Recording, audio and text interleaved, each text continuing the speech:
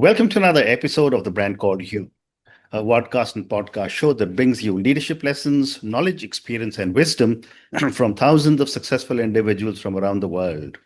I'm your host, Ashutosh Garg, and today I'm delighted to welcome a United States Air Force veteran and a leadership expert from Maryland, USA, Mr. Ronald E. Cooper.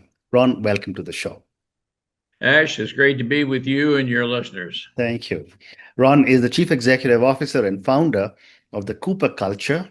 He is a certified leadership trainer, a public speaker, and a personal performance coach.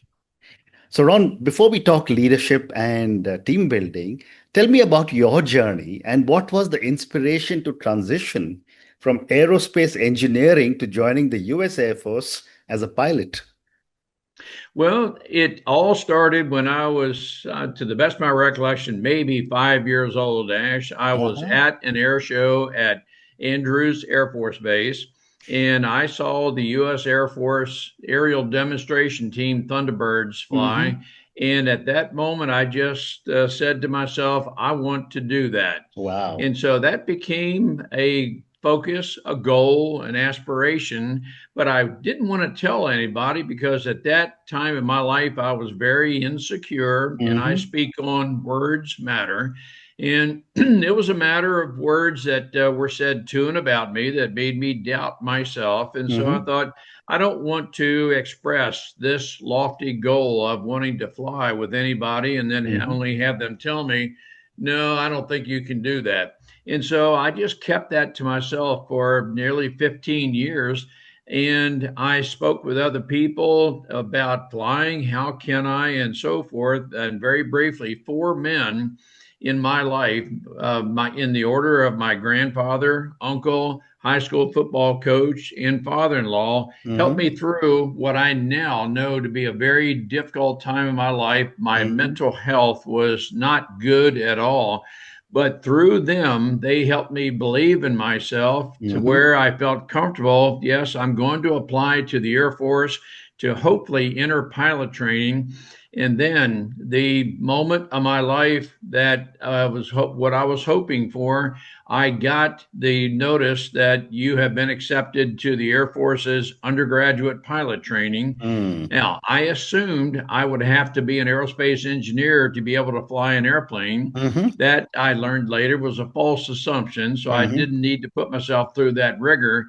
But the focus, some people may say almost the obsession of a burning desire starting at about 5 years old, 15 years later, came to fruition. But that's what got me started in the Air Force. And quite honestly, Ash, that 15 years or so is what it took for me to overcome self-limiting doubts and so forth. That well, I'm not sure I'll be able to do much of anything, but I have progressed through that, and I have reason to believe there are others who are living a life right now that is not too much different than the life I used to have. Wow, what an amazing journey. Ron, how did your 22 years in the Air Force, including 300 combat missions, shape your leadership philosophy? Well, Ash, as a one of the aspirations I had was I observed the Air Force aerial demonstration team Thunderbirds. I wanted to fly, but then also as I began to fly, Mhm. I knew I wanted to be a flight lead. And so I learned what a flight lead was, what you have to do to be able to think for not only your aircraft, but the aircraft of others and the safety of others. And so when you are in a briefing room, the military style is it doesn't matter what your rank is. There are others in the flight can outrank you, but Mhm. as the flight lead, you are in charge of the mission. You are expected to think it through, think for others. As you are leading a flight, you are expected to think for other aircraft and others in your flight. And Ash, if you were one of my wingmen, Mhm. you, of course, are responsible for your aircraft, but I'm responsible for all of us returning from whatever the mission is Mhm. to get back home and so forth. So I have to think not only for myself, but you, because Mm, you're following my lead. And so, mm, with that as a bit of a formative aspect of leadership, when you're in the aircraft and you're flying, let's say 500 nautical miles per hour, mhm, you have to think ahead, and you can't say, well, let's take a time out while we're airborne. Let me get the committee together and think through this. You have to know exactly what you will do. So that's a mm, part of the thinking and leadership process that we go through as flight leads. amazing. And how has your experience in high pressure military environments influenced the way you approach coaching and business consulting? I help others, I hope, to avoid chaoses by thinking ahead. And Mm, that's an aspect of critical thinking, Ash. We are not going to be able to avoid any chaos, any encounters, any difficulties that are ahead. However, I do believe that as I call it, go through a what if analysis frequently, we can think ahead and maybe come up with a 75, 80% solution mhm, to a what if that as we talk about various what if scenarios. What if mm, the lights fail? What if we don't have as much money as we hope for? As we mm, think into and think through those situations before they occur, again, we might be able to have a 75, 80% solution already there. We just need to add the most current facts and factors. mhm, And with that kind of thinking, I can help leaders avoid chaos, which is, wow, we're in a total turmoil. What will we do now? Well, mm, no, we're not in a chaos. We're just at a point where let's methodically think through where we are so that we can make a mm, very informed decision. That's all mm. a part of Yeah. what I learned Mm, as a flight lead and being in the aviation career. Great response. Let's now talk about leadership, team building, and human behavior. What are some core principles of leadership that you believe every organization or every leader should adopt? Well, I think one of those core values, and that is everything of what I'm about, Ash, and very possibly you too. Core values. One of those is trust. We have to Mm, be able to trust each other. yeah. If for any reason, Ash, between you and me, I give you reason to not maybe you may not trust me because of something. Mm, And this is how it can occur. I told you I would do something, but I did not follow through with that. mm, I may have said we're going to have this podcast at this time, this day, and I mm, don't show up. And mm. so it is a matter of me being where I said I would Yeah. be, Yeah. and I want to be accountable to you that, Ash, should I even suspect the possibility I'll be late, I want to tell you as soon as I can, so because Mm, I respect you, yeah. your time. And so you know you can trust me for that. I will not leave you, we use the term sometimes, hanging in the lurch. But Mm, that is a matter of trust yeah. right there. Yeah. And Yeah. so we have to trust each other. I Mm, have to know, and Ash, one of the values that I teach others is can we agree that we will never denigrate each other? And correct. so I will not go to social media and say something negative about you, Guard. I will, Ash, I Hmm. will, first off, I pledge, I will talk to you first. Yeah. I have the courage that you and I will talk with each other, and we will, Absolutely. between the two of us, somehow, some way, reach an amicable solution to our problems. Mm, Those are just some of the values that we teach. That in that all of that is a matter of culture. absolutely. And I completely echo everything that you've just said. I believe in everything myself. And my next question, Ron, is what role does integrity play in shaping an effective leader? Oh, it's everything. That again, it's a matter of trust. And quite honestly, I'm dealing with a situation right now with a person we're mentoring, Mm, and he has said one thing, but it appears there's a possibility something else occurred. Mm, And I'm at a point right now with our relationship. I want to get the facts, mm, but trust and integrity are two very synonymous terms that I have to know that you're telling me the truth, Ash. mm, And certainly you want to know that I'm telling you the truth, that I'm correct. not going to hedge anything. And my confidence is, I would say, well, Ash, I did not make a good decision Mm, because of whatever. I didn't listen to all the facts and factors, but mm, I want to be confident enough about myself that, Ash, I can come to you and say, I should have done better. And mm, so, but integrity, it is always, it's paramount. It's one of those mm, values we have to have between us. In the context of integrity, mm, in running a business, I want to know that you're not going to embezzle money yeah, from me. That's yeah, just yeah, one aspect of it. yeah, absolutely. Well said. And what do you believe are some of the key ingredients of a high performing team?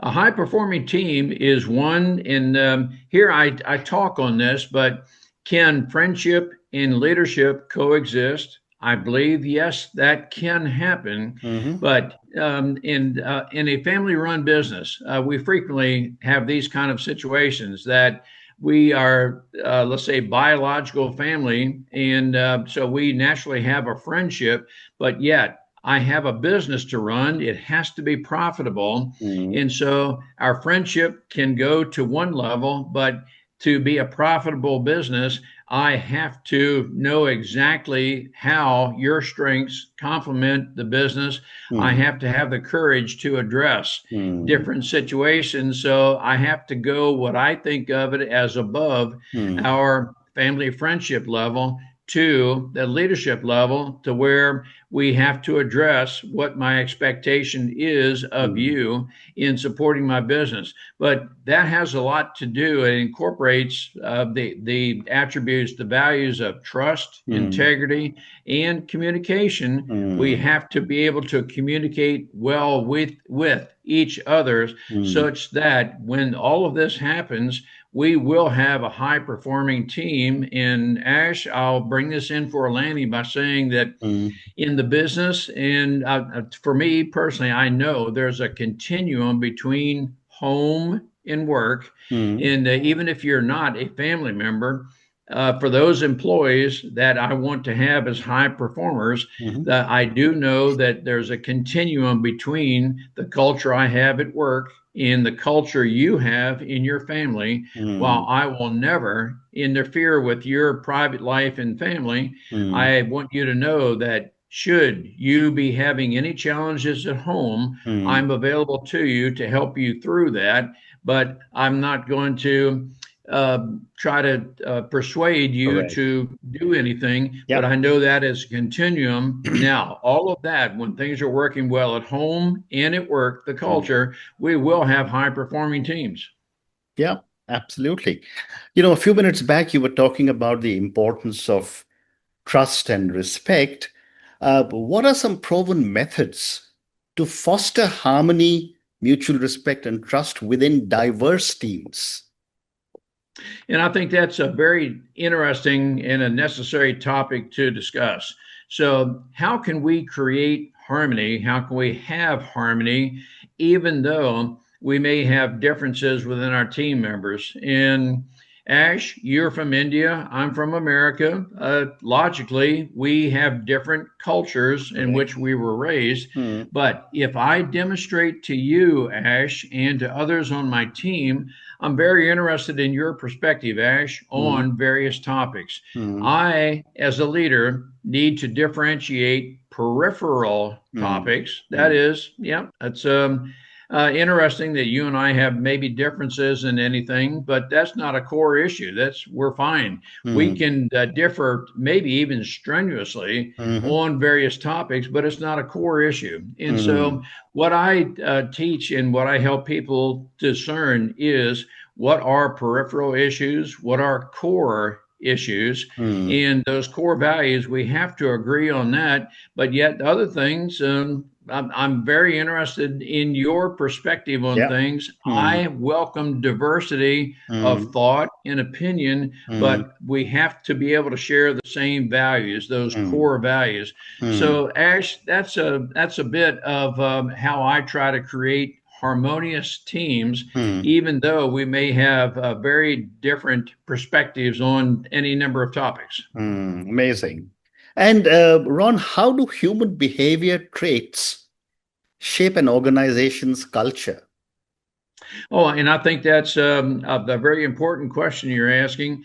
And some of the traits are, I mentioned earlier that I would hope and I would want for everyone to agree that I will never denigrate you Mm, in, let's say, social media. yeah. And so, a trait of our company is a trait, a Mm, brand mm, that we want to be fair with everyone. And that doesn't mean equal treatment to everyone, but being mm, fair to you may be just a little bit different as I would be fair to another employee. mm, But I don't want you to have any doubt about me, Ash, that as I make decisions, mm, I want to know exactly who you are, what your personality is, what mm, your strengths are, and any challenges or any thoughts you may have, so that when I make a decision, I have a pretty good idea what mm, the impact to you is of my decision. And mm, so, if there may be a negative impact, I want to come to you and address that with you.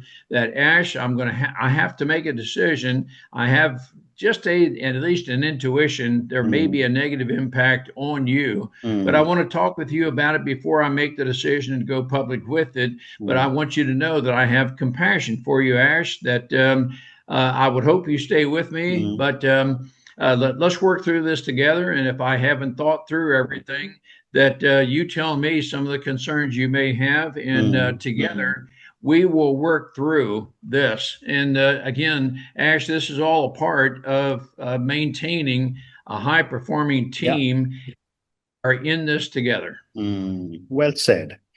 And based on all the work that you've done with so many leaders, what are some signals that indicate a disconnect between leadership and employee behavior patterns? Oh, that is a very important question and very, very, very perceptive.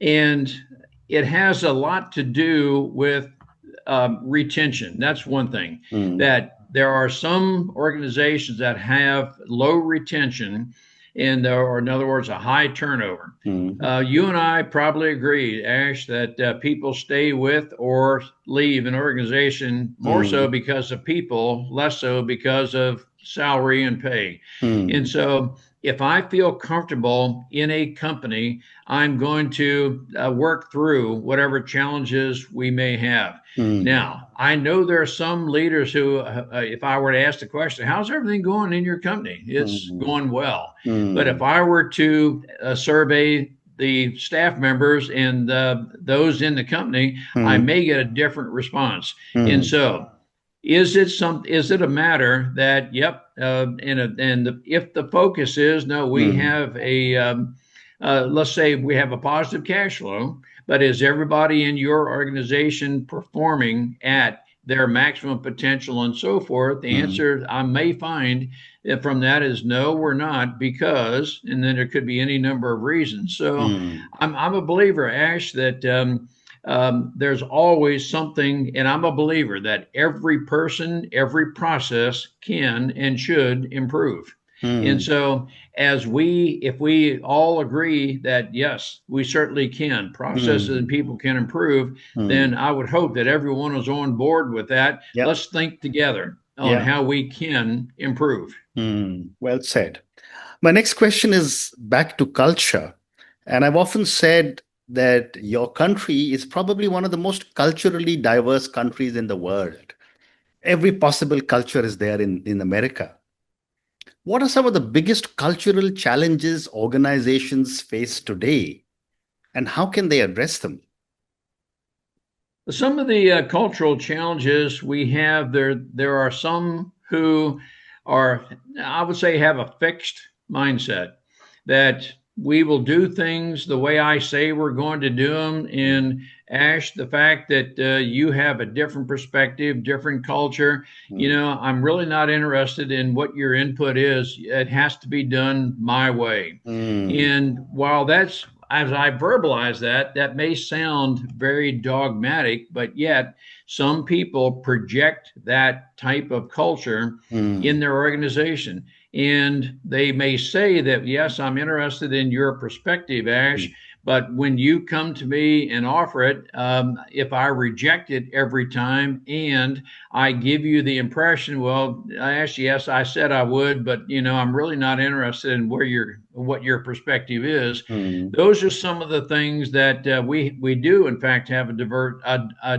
diverse culture in America. The freedoms that we have here, we do draw a lot of people, Yeah, and the people see the value of that. absolutely. But everyone has a different perspective coming from a different culture. Ash, Correct. it's great to talk with you. I'm very interested in learning the Indian culture and Mm, how can we work together correct. to advance you and us together. If that's our mindset, we Yeah, will. absolutely.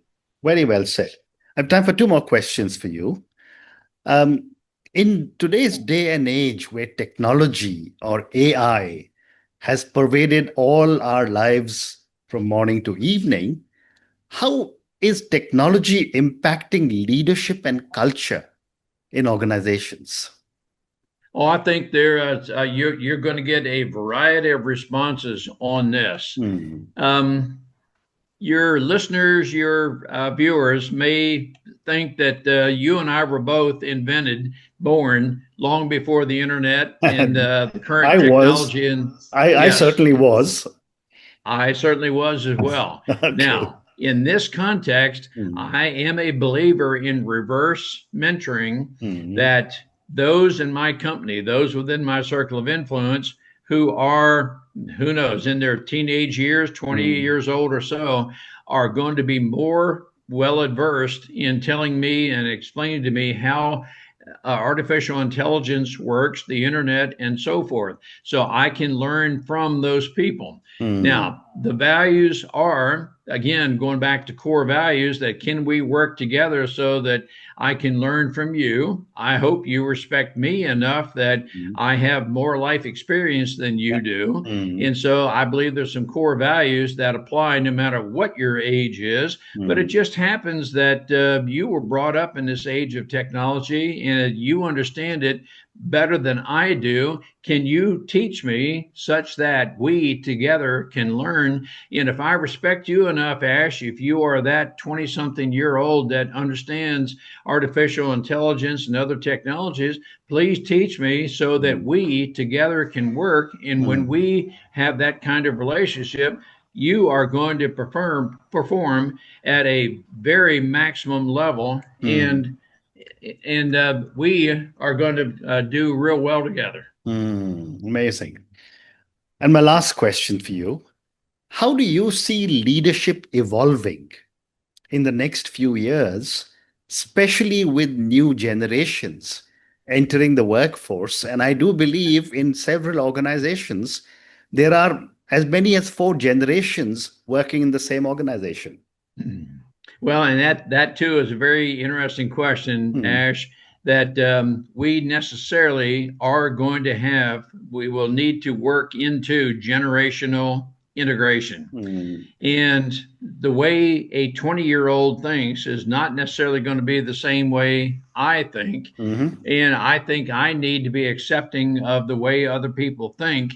But then I would offer for your viewers to ask the question, are there core values that remain through time and Hmm. nothing changes? Whether Hmm. you're 80 years old or 15 years old, are there core values that always remain? And I do believe some of those core values include Hmm. trust, integrity, and the like. Yeah. If because of whatever things change and evolve to where you feel you have the right to, let's just say, lie to me and embezzle money and so forth, Hmm. no, that's not going to work. Yeah. There are the leadership principles, those core values that never change, no matter Hmm. where we are in life.